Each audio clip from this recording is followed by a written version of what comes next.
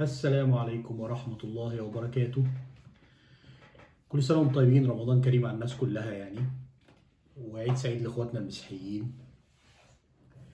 كان الواحد انا بلاقي صعوبة. انا كنت في الاول لما بديت البرنامج كنت قرر ان انا هطلع كل ماتش او هطلع في كل مناسبة او كده. الاجواء اللي خلقها المحبوس للنادي اخر كام شهر دول خلت الواحد مش قادر يطلع يعني. مع لما الزمالك بقى فوقيها بيروح خسران فالواحد مبقاش قادر يتكلم، يعني بيبقى اخري ان انا اتكلم على اكونتاتي يعني. ده اعتذار للناس اللي بقى لها فتره مستنيه ان انا اتكلم او اطلع او كده، بس هو مفيش حاجه تتقال. يعني انا فعلا مفيش حاجه تتقال. بس امبارح حصل اكشن جديد كده فخلاني لازم اتكلم يعني. امبارح كان في ماتش مع البنك الاهلي. طبعا تقريبا احنا ماتشاتنا من هنا لاخر الموسم باستثناء ماتشين، ماتش السوبر والبطوله العربيه الوديه، ما بقاش اي ماتش مهم يعني. امبارح انا كنت سامع وجالي كلمني ناس من يعني قالوا لي ان في ناس كتيره من موظفين وعمال النادي بيتعمل لهم فان اي دي بالامر، الناس تسيب بطايقها في اداره النادي. الكلام ده من ايام ما كان محبوس، كان ايام ما كان محبوس، وبعد شتيمته هو وابنه في ماتش بلوزداد. وانا كتبت الخبر على اكونتاتي بس ما تخيلتش ان في حاجه هتحصل. امبارح الناس ابتدت تحجز. في صديقنا الاستاذ احمد رمزي كان بيحجز ولقى ان هو بعد ما حجز، يعني هو حجز تذكرتين ولقى التذاكر كلها اتحجزت، يعني التذاكر كانت فول امبارح. شفتوا انتوا منظر الملعب، ما كانش فيه حتى 500 بني ادم يعني. يبدو وهو طلع بعد الماتش وضح، يبدو ان هو بعد شتمته وبعد الفيس اللي اتعمل، اللي هو الساد فيس اللي اتعمل، اللي اتنقل على كل السيطات المهتمه بالرياضه، يعني ان ده رد فعل جمهور الزمالك على اللي بيحصل في النادي. وطبعا ده وجعه جدا لان هو سمع جدا وبين مدى الحقاره والقذاره اللي اتعملت في النادي اخر كام شهر يعني. فهو قرر ان هو يشتري كل التذاكر بتاعه الجمهور علشان ما حدش يخش. وامبارح بيقول ان الجمهور خلاص مش هيحضر تاني. والجمهور عمل ايه لما رئيسه اتحبس؟ اولا انت مش رئيس الجمهور، انت رئيس المجموعه اللي انت دخلتهم بعضويات وبينتخبوك. انت رئيس الجمهور، ولا تمت بصله للجمهور، ولا الجمهور يعرفك، ولا انت وانت بره النادي بتشجع النادي، فانت واولادك لا تمثلوا الجمهور باي شيء ولا ليك علاقه بيهم. اتحداك يبقى مدرج مليان تقدر تعتبه. اتحداك تقدرش تخش مدرج في جمهور الزمالك، لان انت عارف وانا عارف وكل الناس عارفه ان انت عدو جمهور الزمالك.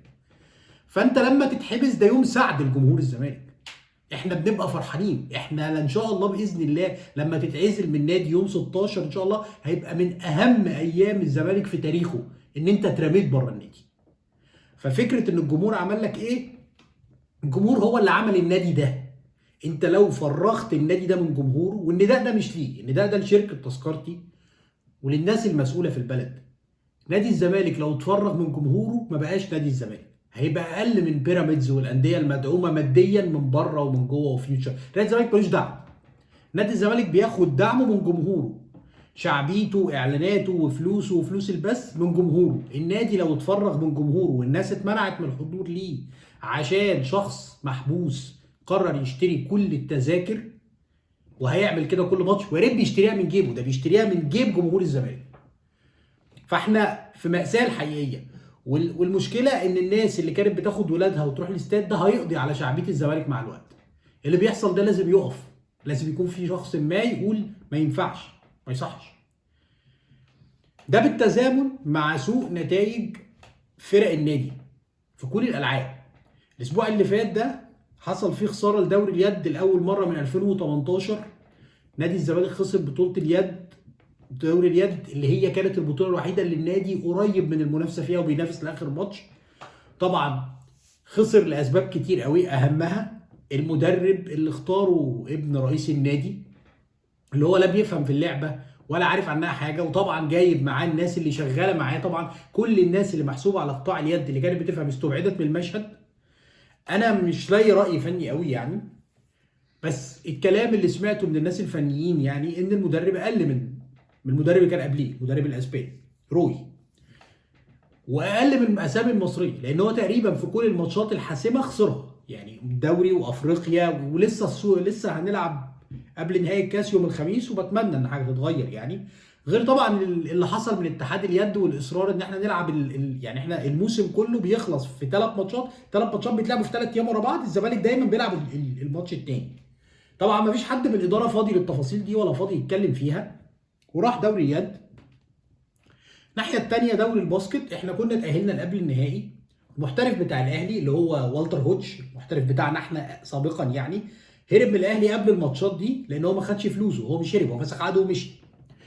فالزمالك كان الجاب الكبير، لان فرقه الزمالك عباره عن 7 لعيبه باعتراف المدرب، باعتراف مدربنا احمد مرعي اللي بينحت في الصخر عشان الزمالك وصوله للمرحله دي انجاز اصلا. وجود المحترف بتاعنا اوجي مايو اللي جه طبعا عن طريق ناس اصحابنا زي شادي اللي حاول وكلم الناس وساعد وكده، مش عن طريق اختيارات ولاد رئيس النادي خالص يعني. كان هو اللي مقلل الجاب شويه. بعد اول ماتش حصلت مشكله وتم استبعاد مايو بالصدفه الماتشين الباقيين، فبقى احنا بنلاعب 12 لعيب ب7 لعيبه وهم معاهم منتخب مصر. في اول ماتش خسرنا 30 بونت. قدموا استئناف اتحاد اليد قال لهم مفيش خط وهنوقف اللعيب، ده رد الموضوع. طبعا لا حد فاضي في النادي ولا حد متابع التفاصيل دي، فبالتبعيه فرقه الباسكت رخره خسرت ماتشين.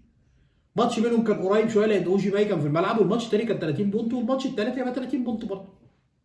كان اقل رد على الظروف دي واصرارهم على ايقاف المحترف ان الزمالك ما كانش يلعب الماتشين. بس طبعا هو مفيش اداره اصلا، فالموضوع بعيد خالص يعني عن اي كلام يعني. امبارح كان ماتش البنك الاهلي في الدوري بعد كل الخسائر اللي حصلت الفتره اللي فاتت في الدوري وفي كاس الرابطه وخسائر بسكور.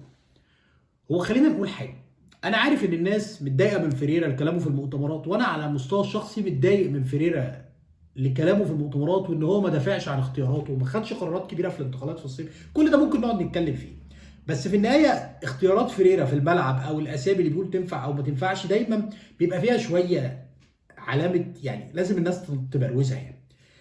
فيريرا كان بيركن سيف جعفر، فيريرا ما كانش بيبدا بالحاج وسيف جعفر مع بعض. كابتن احمد عبد المقصود لما لعب الماتشات اللي لعبها قرر ان هو يغير في طريقه اللعب والتركيبه شويه. قلل كتير العناصر اللي بتدافع. طبعا اقصد بالعناصر اللي بتدافع يعني لعيبه النص اللي المفروض بتدافع، لان في لعيبه بتدافع وهي ما بتعملش لا بتدافع ولا بتهاجم، يعني عمرو السيسي وروق او دونجا والناس دي بتقدم يعني. هو خلينا نقسمهم الصراحه يعني، هو عمرو السيسي ده في كاتيجوري لتحت خالص، فوقيه شويه دونجا وفوقيهم روقه يعني، بس هم ال3 لعيبه لا تليق بنادي الزمالك يعني. طبعا اللي حصل الماتشين اللي فاتوا ان احنا كان وسط الملعب فيه زي مساحات كده، يعني اي كره طويله كانت بتروح انفراد. امبارح كابتن مدحت عبد الهادي كمدير فني يعني، لان احنا المفروض تعاقدنا مع مدرب كولومبي مش عارفين هيوصل امتى ومش عارفين هيوصل ولا لا او مش عارفين ايه اللي هيحصل يعني. هو اللي ادار الماتش مع كابتن احمد مجدي. والله هم التشكيل كان بادئ بشكل كويس، لان هم رجعوا عبد الغني في 6 قدام الدفاع، فاحنا زي يعني تجنبنا اخطائه في الدفاعيه، وفي نفس الوقت استفدنا بوجوده في قلب الملعب ان هو احسن من الباقي الاسامي، يعني عبد الغني في المكان ده احسن من باقي الاسامي يعني. في نفس الوقت كان جنبيه دونجا كزي 2 انكر وقدامهم سيف، فالعبء الدفاعي اللي ما بيعملوش سيف والجري اللي ما بيعملوش سيف شالوا الاثنين دول، فالشكل بقى احسن. وجود ناصر منسي رغم وزنه الزايد بيدي برضو براح شويه في فكره ان الكوره، لان احنا ما كناش بنحضر، كنا بنلعب كوره طويله جدا، فناصر منسي كان بينزلها لزيزو، كان بينزلها لمصطفى شلبي، وكان احنا لعبنا تقريبا 4-2-3-1، صبحي وباك يمين المسلوسي واثنين في القلب الونش وحسام عبد المجيد، على شمالهم احمد فتوح. وجود احمد فتوح برضو بيفارق قوي في فكره الكواليتي، سواء الطلوع بالكوره او المساهمه الهجوميه، وده بياكد اللي احنا كنا قلناه ان احنا كان الاهم نحتفظ بلعيبتنا المهمه الكبيره اهم من ان احنا نروح نجيب لعيبه نرمي فيها ملايين. على فكره فتوح عقده من اقل العقود في الفرقه للعيبه الكبار، اعتقد فتوح عقده 7 مليون ممكن يمشي يعني. هو فتوح باقي في عقده السنه، يعني السنه دي هيبقى باقي في عقده سنه. طبعا الاداره مش فاضيه للكلام ده. فالشكل كان معقول شويه الشوط الاولاني، وكان في حاجه اللعيبه عارفه تباصي شويه. احنا كنا واصلين لمرحله ما كانش حد بيباصي لحد، ما كناش يعني الباصات كانت مقطوعه، كان في ملحمه. ماتش البنك الاهلي في كاس الرابطه ده من اسوأ الماتشات في تاريخ النادي، انا ما شفتش حاجه سيئه كده. فامبارح كانت الدنيا احسن والشكل احسن شويه. وبعدين اتقدمنا عرضيه من فتوح وهيد من الونش، انا ما شفتوش من كل فراوده الفرقه. يعني الهيد اللي حطه الونش ده ما فيش فروت في الفرقه ركب الكوره كده على مدار الموسم يعني. وكانت الدنيا ماشيه كويس لحد ما قرر كابتن مدحت عبد الهادي ان هو ينزل عمرو السيسي ويطلع ناصر منسي اللي هو كان محطه شويه في الهجوم. بس انا ناصر منسي انا عذره لان اللعيب وزنه زايد جدا. وانا الحقيقه يعني هو رساله لناصر منسي او لاي حد يعرفه هيشوف الفيديو يعني. مش معقوله فيرود بيلعب في نادي الزمالك يكون بيعاني من السمنه يا جماعه. يعني مش معقوله اللي احنا فيه ده، مش معقوله. يعني انا لو مدرب مش هلاعبه لحد ما يخس. يعني مش ممكن. يعني مش ممكن يعني باي شكل من الاشكال. حتى لو عنده امكانيات فنيه مفيش حاجه هتبان اصلا طول ما وزنه زايد يعني. بس بخروج ناصر منسي رجعنا تاني لفكره ان الكره بتتلعب سيف الجزيري تتقطع ترجع علينا. فانا شوط تاني كنا سيئين جدا والبنك الاهلي كان قاب قوسين او ادنى من ان هو يتعادل. وبعدين وجود عمرو السيسي في الملعب ده بيظهر كل عيوب دونجا لان هو اصلا تحسه زياده في نفس الوقت زياده في الدفاع بس ما بيضغطش وما بيستخلصش وبيعمل فاولات كتير جدا جدا جدا. يعني عمرو السيسي طول الوقت بيضرب في اللعيبه. يعني ما تعملش فاول. يعني في اوقات ما تعملش فاول. البنك الاهلي امبارح كانت خطورته بالفاولات خلاص سيبهم. وبعدين ساعات بيتحرك ويغطي مساحه فاللعيب زميله بيسيبه يغطي فبيتعدى منه وهو يبقى بره اللعب فيبقى في مساحه كبيره جدا يتعمل على الزمالك هجمه. صفقات السنه اللي فاتت دي تقريبا جايه بفلوس حرام، فلوس ايتام. مفيش لعيب واحد حتى دونجا اللي احنا كنا بنقول هيبقى كويس طلع لعيب سيء جدا. طلع لعيب لدرجه ان احنا حاسين بنقله لما عبد الغني بقى 6 يعني. فعمرو السيسي ده والناحيه الثانيه بقى مصطفى شلبي بيحاول يعدي وهو باصص في الارض. يا بياخد فاول لو ربنا كرمنا واللعيبه قررت تعمل فاول يا اما اللعبه بتنتهي لا شيء. يعني ارقامه امبارح غريبه جدا. لا اسيست ولا شوط على الجون ولا يعني وينج بيلعب. الناس بتقول ان هو كويس انه بيعدي تمام بيعدي وبياخد فاولات اوكي. بس هي الفكره كلها فين الانتاج؟ يعني فين المحاول على الجون؟ فين اي شيء؟ مفيش. وبرضه في نفس الوقت حكم الفار وائل فرحان اللي ليه كوارث كبيره جدا. هو دايما مع ارتباط اللي بيعمله رئيس النادي في النادي من بهدله وخناق واللعيبه اللي جابها وشتمت المدربين وهات مدرب وودي مدرب. المنظومه بتيجي على النادي بزياده قوي وتخنقه بزياده قوي لان احنا مش هنتكلم لان احنا ملهيين في اللي هو بيعمله يعني.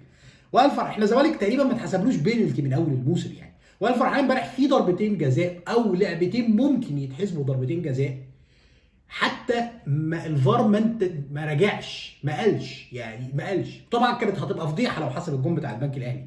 وده يرجعنا برضو ان الفار اللي ما كانش موجود الماتشين اللي فاتوا لو كانش في فار امبارح كان الماتش طلع 1-1 يعني هو الموضوع كله مسمع في بعضه. وطبعا احنا لعبنا ماتش في الدوري المصري ماتش المصري من غير فار طبعا ما حدش بيتكلم. بتمنى ان شاء الله ربنا يكرمنا ويتحط نهايه لكل المشاكل والزعل والفضايح والبلاوي اللي احنا شفناها على مدار حوالي 23 سنه او اكتر. احنا تقريبا من 97 حوالي 26 سنه. لكل البلاوي اللي احنا شفناها في وجود الشخص ده في الصوره وتكون نهايته في القضيه يوم السبت. يا رب يا رب ما نشوفوش تاني في النادي وما نشوفش ولاده وما نشوفش اي حد تبعهم في النادي. وان شاء الله ساعتها نقدر نقول اللي جاي احسن. شكرا ليكم وكل سنه وانتم طيبين.